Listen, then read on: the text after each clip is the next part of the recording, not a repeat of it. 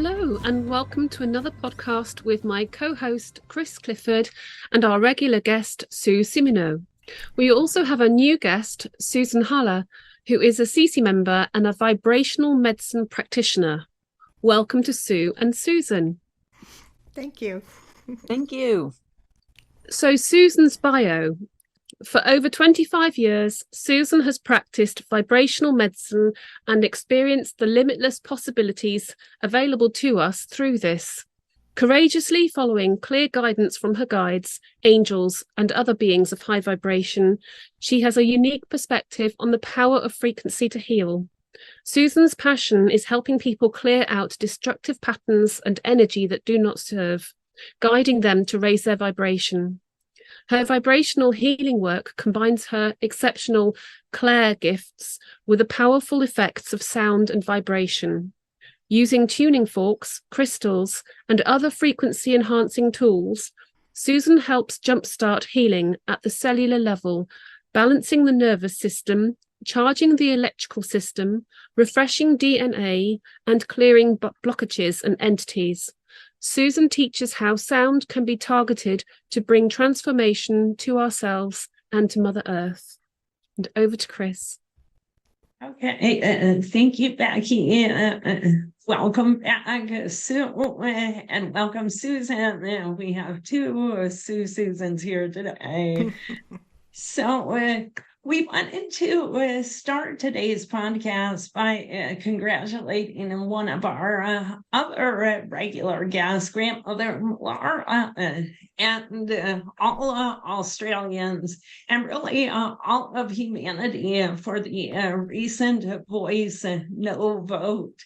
So we would like to, all of us want to congratulate all of Australia. And with that said, I'm going to hand over to Sue, who's going to talk a little bit more about the voice and what this means and what happened. And also, Sue, we invite you to talk a little bit about the work that you partnered together with Grandmother Laura to do in Australia prior to this vote. So over to you. Great. Thank you. And, all the best to Grandmother Molara out in the bush in her country. But this was a really, really, really big deal. And I'll read something that describes the whole thing, because I know a lot of our listeners may or may not know this was even going on. But actually, I'll read it first. Because the mainstream media is presenting this as the Australians not giving right or voice to the indigenous population, but that's not what's true. And so one of the coordinators down there gave this summary, which I thought was great, and it goes right along with what Grandmother Molara was talking about. The indigenous population were given equal rights in a referendum held in 1967 within Australia's original constitution. In 1973, Australia's original constitution was hijacked in a similar way to the 1871 heist of the U.S. Constitution. However, during this whole time, the Aboriginal population remained the traditional owners of Australia under natural law. The proposed changes to the illegitimate constitution that this referendum encompassed were kept secret for the most part, but the guts of it was to usurp the traditional ownership from our First Nations people. So when you see reports that we voted against including our Aboriginals in our Constitution, they are misleading at best because we are all Australian and are therefore already included. Never trust the mainstream media with their half-truths and lies. So at the very core of it all, the reality is that Australia voted to not include racism into our foundational documents. So for us, this is great news, as it would seem the majority is waking up. Great news for us and the rest of the world.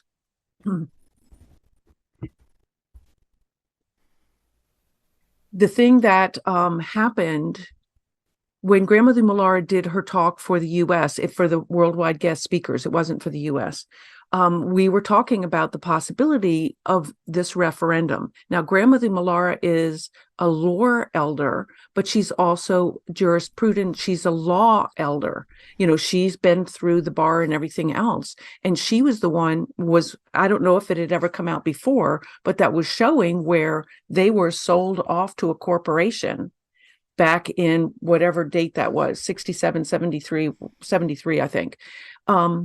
So the possibility of us breaking some agreements about this prior to the vote was brought up, and we jumped on it. So on the 7th, I and Grandmother Millara and a whole bunch of Australians got together in a Zoom, and Grandmother Millara set the container, and then we went through and broke the agreements, because she was talking about even some of the nefarious alien agendas that were bringing this down. So we broke a lot of those agreements, but then we could also see something affecting the land. And so, between her and I, we're ferreting in there and found what was, it's the way that the humans are being dumbed down. Well, it was doing that in the land. And so when we broke those agreements, and we could do that because we are connected to the land. And so there is a right that we have, because we're part of the land, to break those agreements. It allowed life, so much more life, to start expanding from the earth. Fantastic. And when we were finished, like she could see that there was boundaries. She could see the ones above and below. I could see the ones on the side, where even other countries could no longer come in and try to usurp. So it was, I got a lot of people writing me going, yay, that worked. It's very exciting, because 70 or 80% of the vote was no. And it came in very, very quickly. So they had to concede very, very quickly. And unfortunately, some people are still believe, and are embarrassed or think it's a terrible thing. But overall, I trust Grandmother Millara's perception of it, because she's looking both within Aboriginal lore, the natural law, and within the tradition, the constitutional law. So that was really good news. And there you have it in a nutshell, in a kind of a big nutshell. Thank you very much, Sue. So yeah, and now Grandmother Millara is having a little bit of time in the outback, isn't she?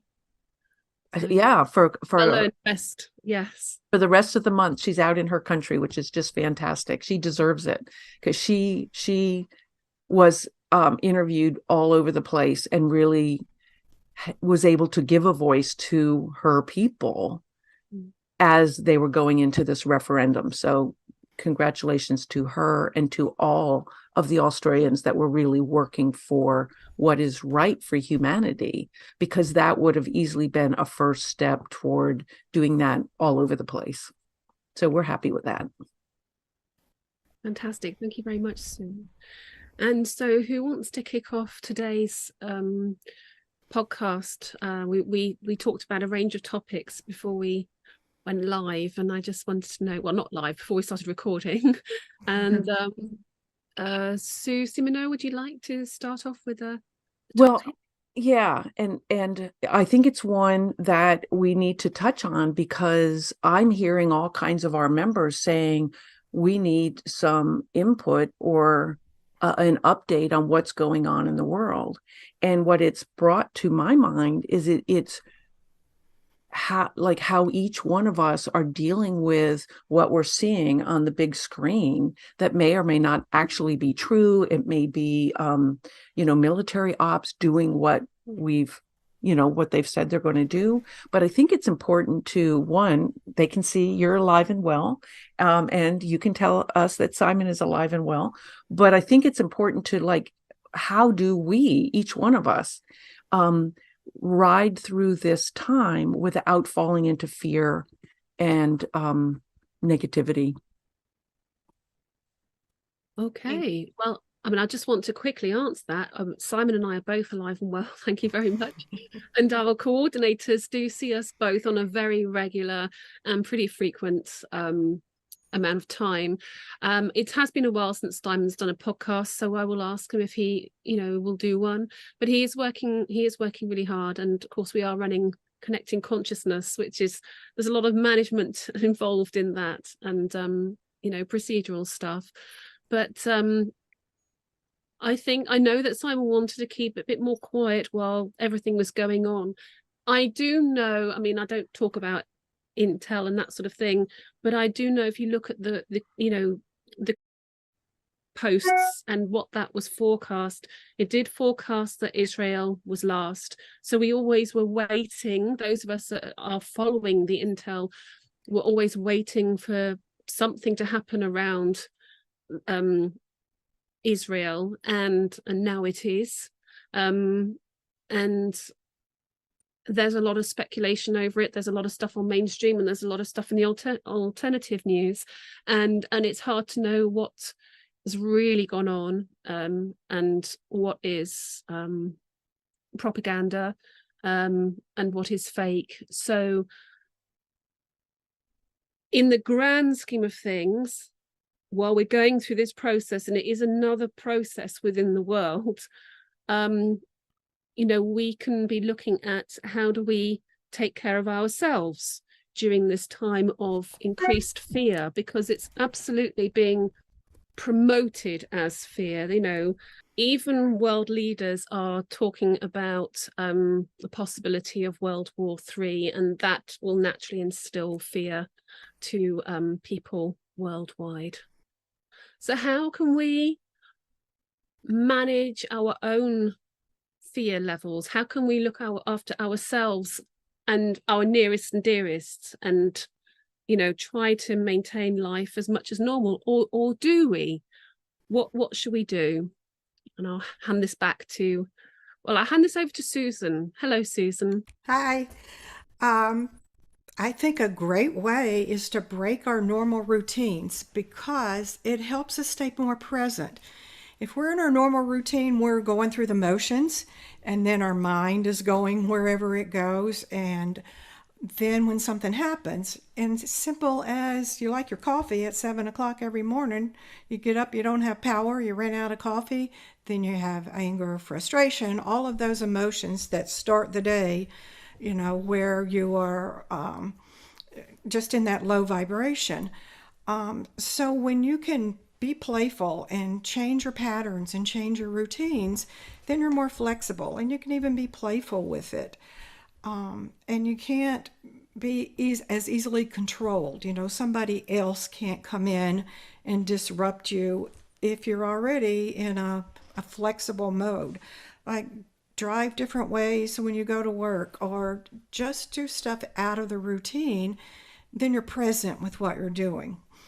The other thing that I think is really important with breaking routines is it's connected to our sovereignty in the way I view it. And a lot of that is many people get in the habit of just saying, well, my parents had cancer, so I'm going to have cancer. It runs in the family. Well, maybe, but maybe it's because you have the same routines, the patterns that they had. So whatever created cancer in them, or you react to stress the way they did. So it's breaking all of that and being yourself. Be playful. Choose stuff that works for your best and highest good, not necessarily what you always do. Thank you, Sue. That's definitely a really good suggestion. So I wanted to weigh on this topic too, because Becky and I have also heard from a lot of coordinators the desire to get more information, and that many CC members are looking for external sources for information. And I think that's a very natural thing when there's just so much going on in the world. But I would say that for me, I'm just going to talk about me. The last year, and in particular, the last 6 months, has been a really amazing time for inward focus. And most of us who are on the spiritual path feel like, okay, we've been doing that for a really long time. But I just want to say, at least for me, there's always more to do. And it helps me to stay grounded and to focus on something positive, because I can see my own spiritual growth, and I can feel what's right and what's positive, and what feels good for me and what doesn't feel good.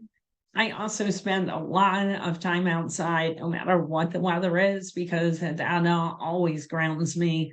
So I think all of us are different, and each of us needs to figure out what are those things that make me feel good and that make me feel grounded. And I'll just throw out one other piece, that I stopped watching news when I was in my 20s, and that was a really long time ago. But at that time, I didn't know why I didn't watch it. I just knew it didn't make me feel good. And at that time, I worked in banking in Washington, D.C., and I didn't know then what I know now, but I was in those kind of roles for like a decade, and I had lots of clients, and people talked about the news, and so I had to find other ways. Like I got on top of the sports teams, which were huge there, and I could talk about that and travel and other things, because I just knew news wasn't for me. And I think, again, just speaking for myself, I started like trying to figure out what was going on. I won't say why, but I'll say in 2020, I did start watching some news again, trying to piece together what world's going on here.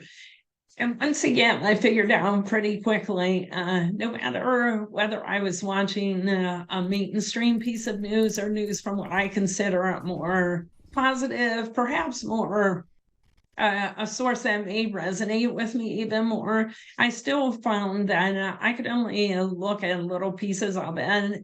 And then now I'm back to like, I really don't watch a whole lot just because it doesn't make me feel good. And I feel like there's reasons for that we probably don't need to get into here, but it's back to figure out what makes you feel good and what doesn't make you feel good, and what grounds you. So those are my suggestions. Chris, now that you've said that, I think I will weigh in a little bit on the intel thing. As far as I can gather, and I'm quite close to sources that gather, there's two streams. There's the mainstream narrative, and then there's a narrative for those that are awake and aware. And what's the truth of it is that we are in like an intellectual war. And so very, very few people are going to have the exact truth. And also there's lots of different options. So there's many timelines and many options, and there's lots of projections. And this, for me personally, observing it and helping run Connecting Consciousness as an organization, when people are focused on trying to get intel, it's natural to want to do that because you want to try and really figure out what's going on in the world. But you can listen to lots of different speakers, and that's fine, because everyone will have their own interpretation of it, and everyone listening will gravitate to people who they resonate with best, and that's just a natural law, a natural vibrational law. For me personally, I just don't like focusing on the intel because, as I said, there's two narratives, and the real, and having observed this and really observed trying to stay on top of what's exactly going on and trying to live your life, I'm realizing that and I have realized a long time ago, that to really be in charge of your life, you have to look inwards, you have to start with yourself.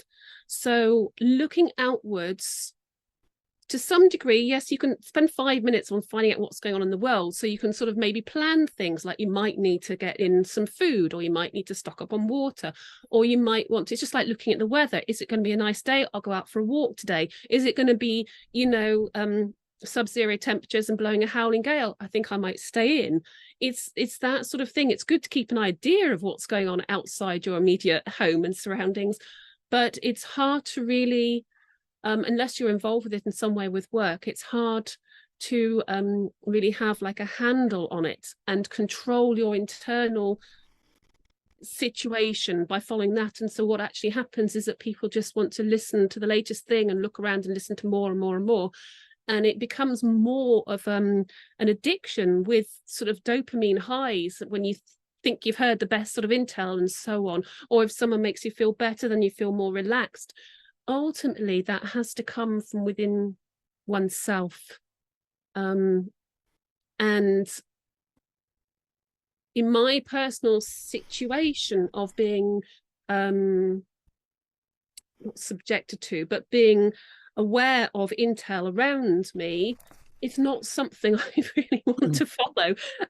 I personally much prefer tuning into nature, going for walks, doing my work, meeting coordinators, meeting people, like-minded people of high vibration, sharing ideas that actually genuinely improve one's day, and not following the soap opera drama of what is happening in the world.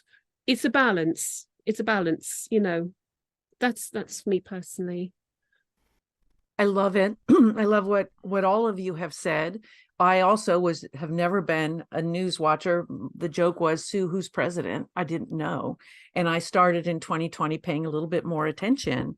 And I agree, especially the way you said it, Becky. I haven't watched mainstream news probably ever, but all of the alternative things, but there's so much different stuff. It is information warfare. It is an attempt to control, guide us into thinking this way, that way, feeling this way or that way. But I feel like what's so important, if I look at humanity, like long term, like things have been pretty the same, we expect them to be the same. So we make ourselves a comfort zone that we want to stay in. And so we get upset if our comfort zone looks like it's being affected from the outside.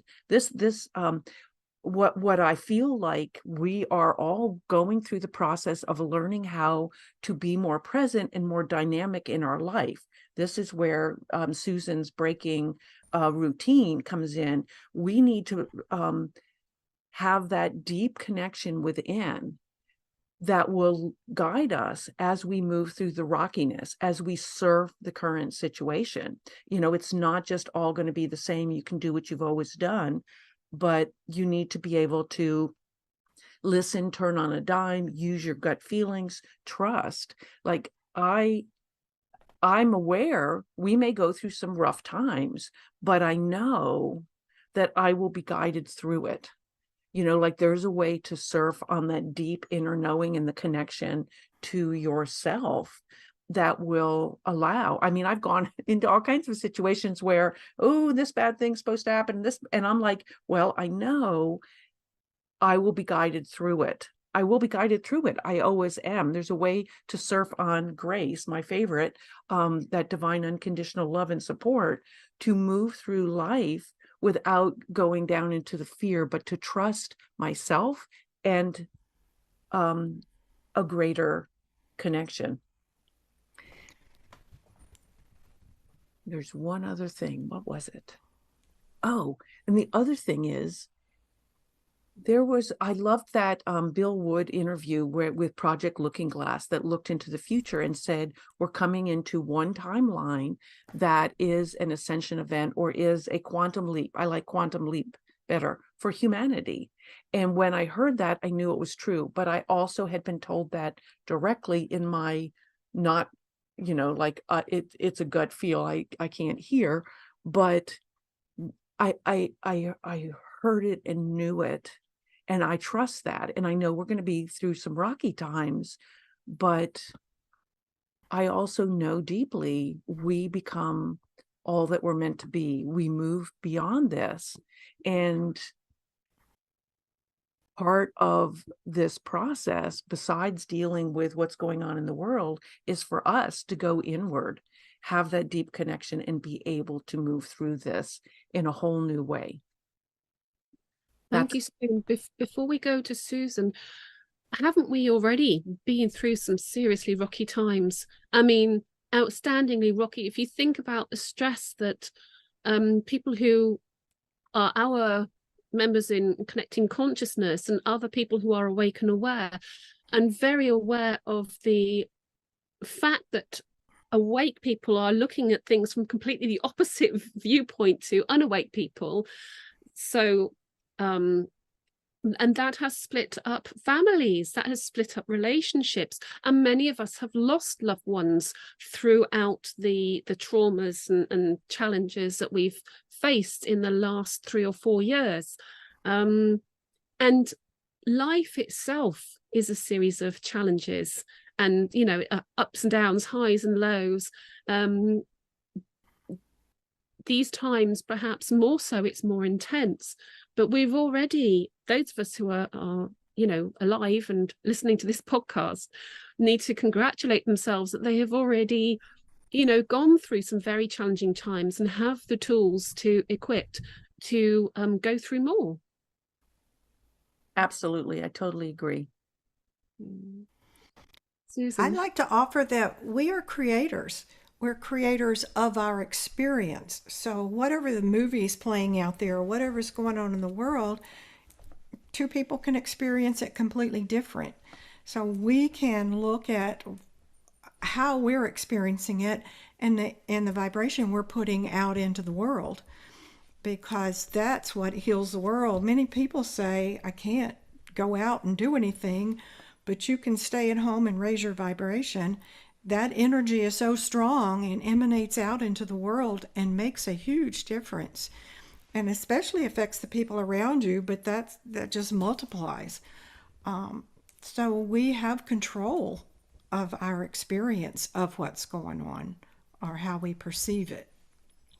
I love that viewpoint, and it's so true. It really is true. But that might be one of the hardest concepts for some people to understand. And the fact that the news is naturally low vibrational, some of the images that are put out for people to see, and they unwittingly see them, are so traumatic. I remember reading somewhere that they're trauma bombs. They're things that hit people and they weren't expecting to see that, and it puts them into a state of emotional trauma. And so they're having to then deal with that on top of their own everyday life stuff.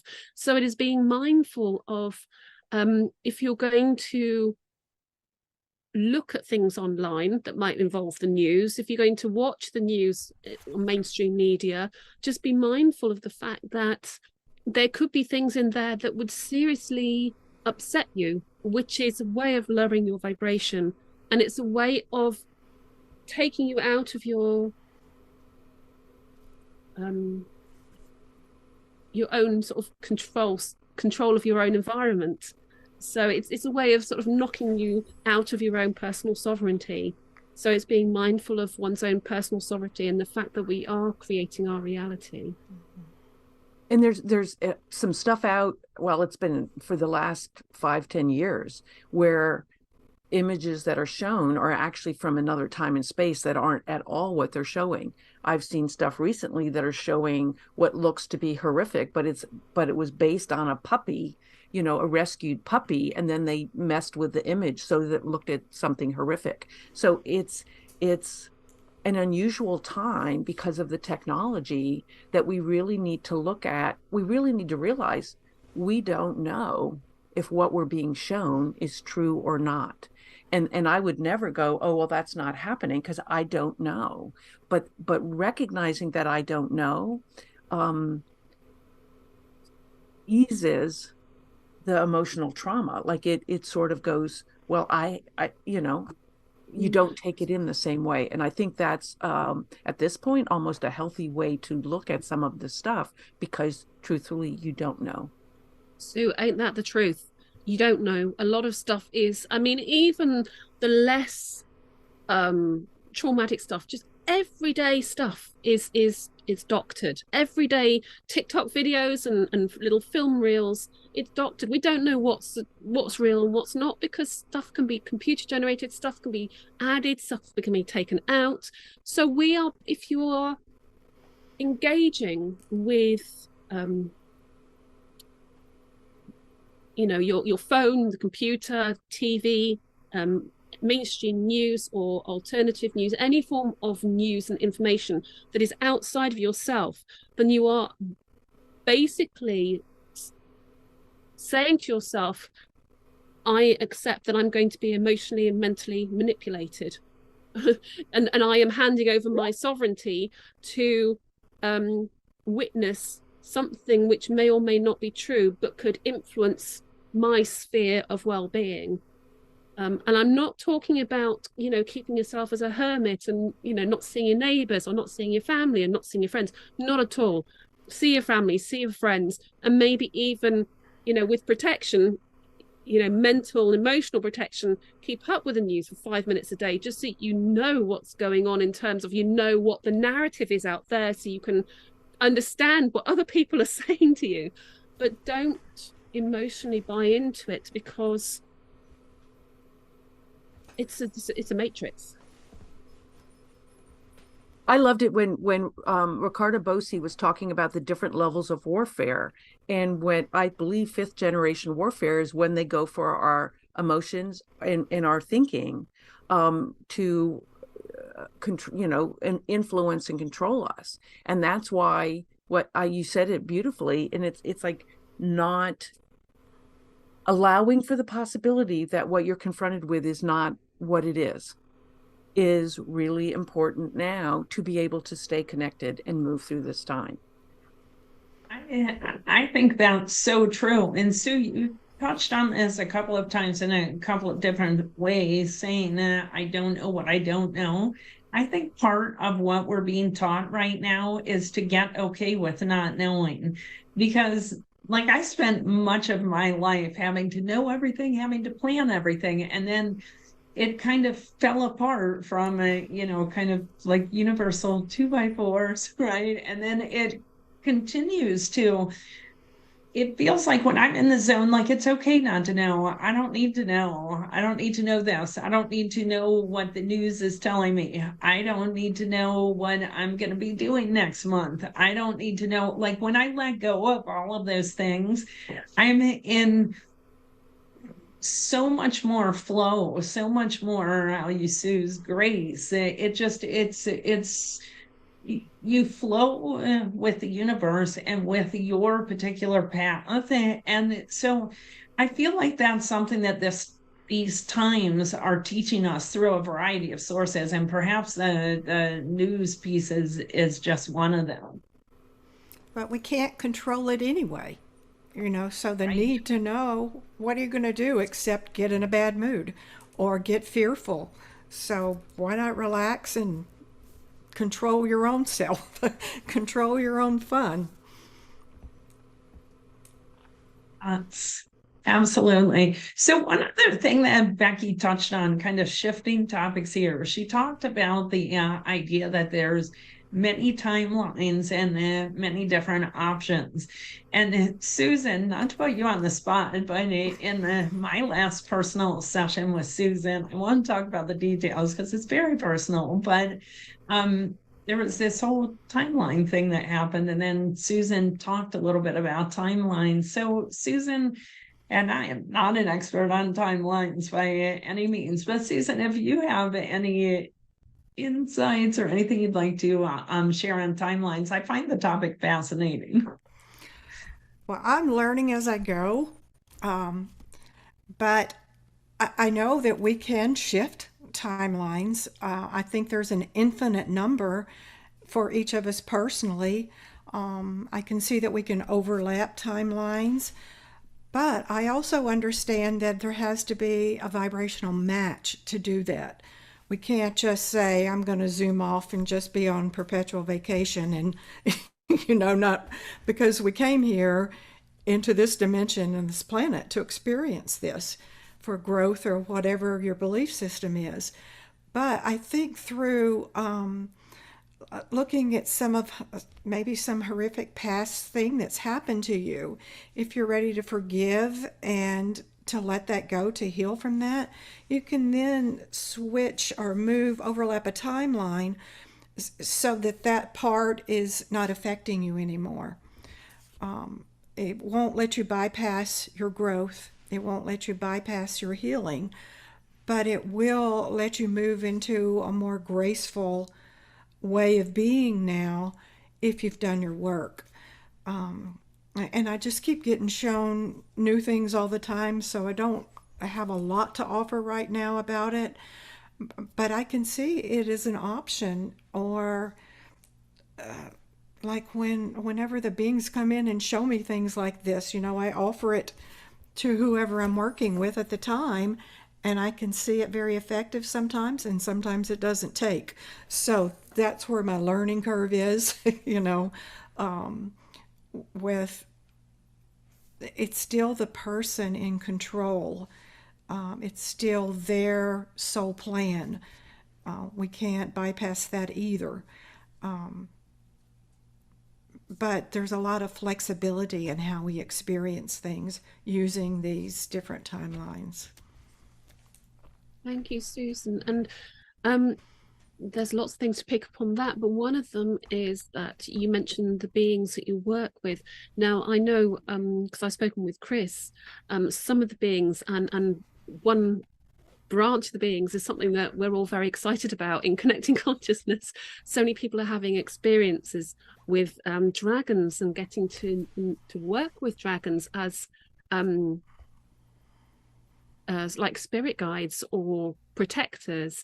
So if you're happy to, can you describe some of the beings that you work with and maybe expand a bit more on the dragons? Well, the dragons and the timelines kind of go together too, which I'm just learning these days. I've had like 4 dragons that I work with, and they'll come in and heal. And if someone's got pain or whatever, and it is a calcium deposit, that it's the dragon breath that dissolves that. But I can see sometimes they're not even there. It's like, where the heck are you? And they're not there. That's when I started learning about it's when my vibration matches their vibration for a particular reason. So those 2 timelines come together where the dragons are, and then they work with me. They can move them, I can move them. But it's pretty interesting to see, number one, what I'm learning from them is their playfulness and their happy, silly energy. One time I was working with someone, and they had come in to help, and I said, thank you for coming in to help me. And they laughed and said, thank you for helping us. We did the work. You're here to channel the energy. We're doing the work.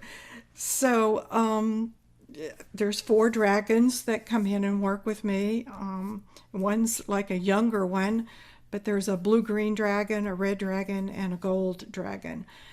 They all have their own specific things they do. However, they can all overlap and do the healing work or whatever, I feel their protection, I feel their guidance. But they also tell me in another timeline, I'm one of them. I'm a dragon also. That's why that those particular ones came in. But very powerful in the healing aspect. They mostly just putting their dragon breath on it and they correct it. But I've also seen them get so small that they can go inside the body, like microscopic size, and make corrections or do what needs to be done. Again, if that person, that I believe emotions are the beginning of any disease, and so that person that I'm working on has to be able to let go or heal that emotional impact, and then the physical follows. So that was kind of a jumbled answer. No, I absolutely love that. And I definitely get that. I mean, dragons are working in a different vibration, a different plane, as it were, or dimension. So when you're matching your energy, and us as human beings, our energy, the physical and the mental, emotional, and the spiritual, will overlap many different dimensions, and we can travel in and out. Right. And be in many. It's like you can be superimposed on different dimensions, Right. some really solidly and some, more just energetically. But we have the ability to do that, to go up and down our vibrational sort of scale, or octave. And when you're tuning in, then you can really connect with dragons and angels and spirit guides and other beings who are all there around us, ready to connect.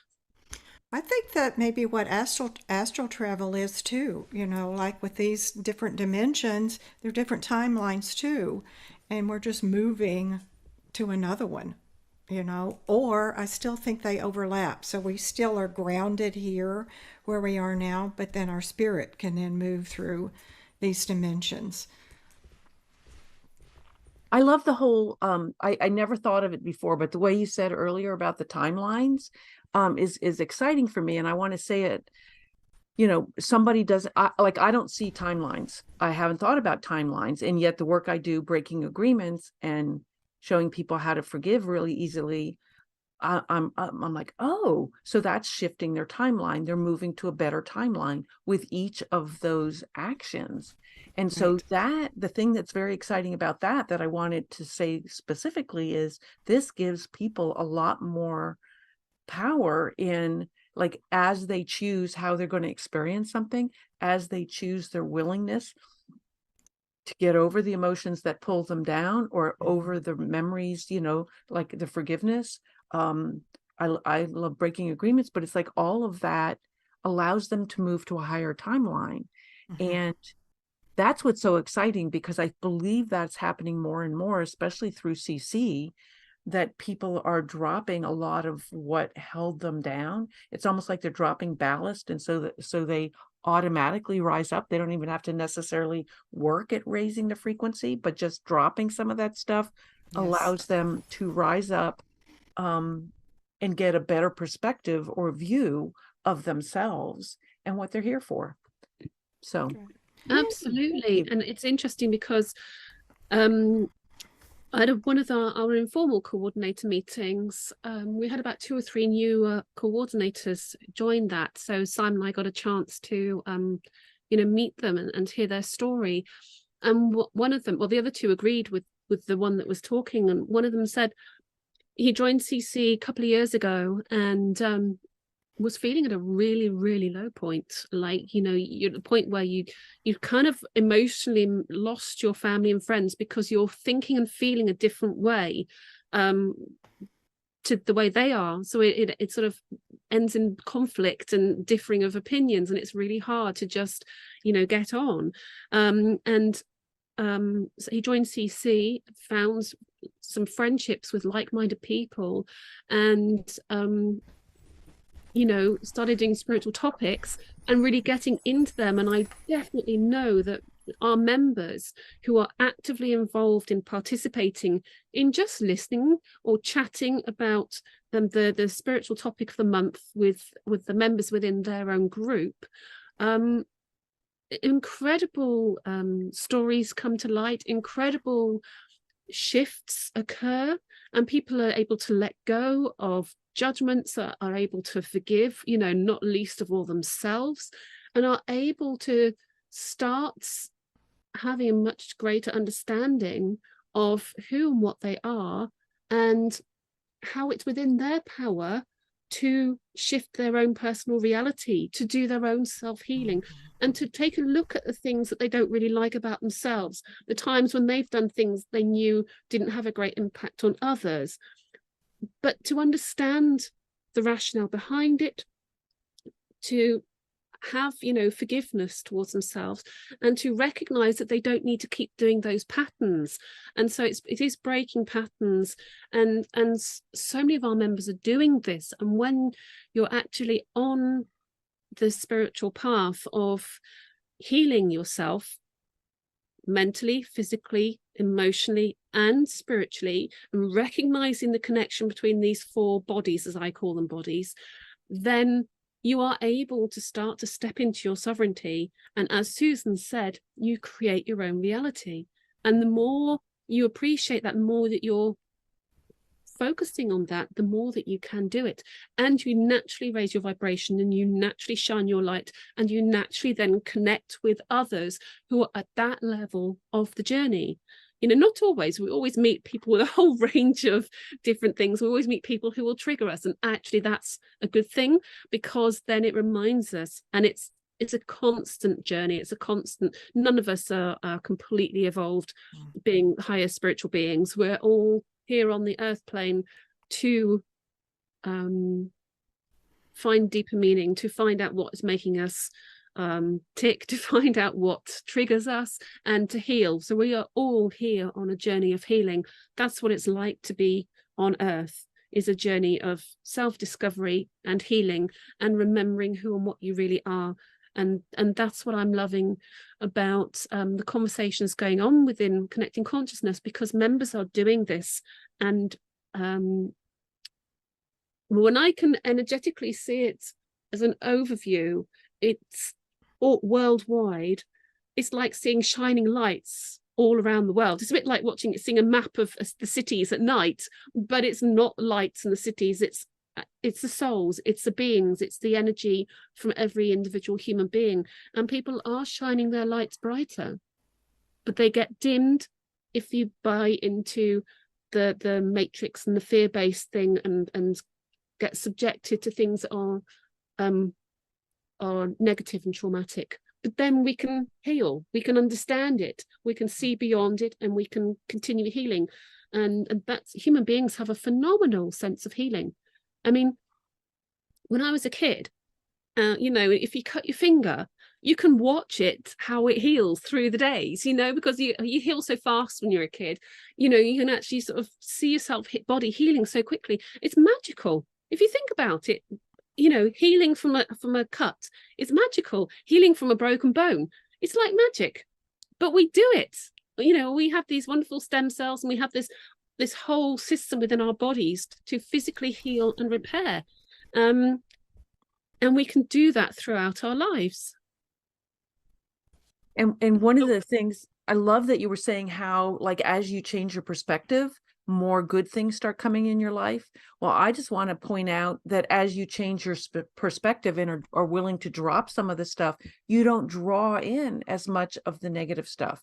Like, if you have something triggering you, you might have a piece there to still deal with, but all that other stuff, you don't keep pulling it in.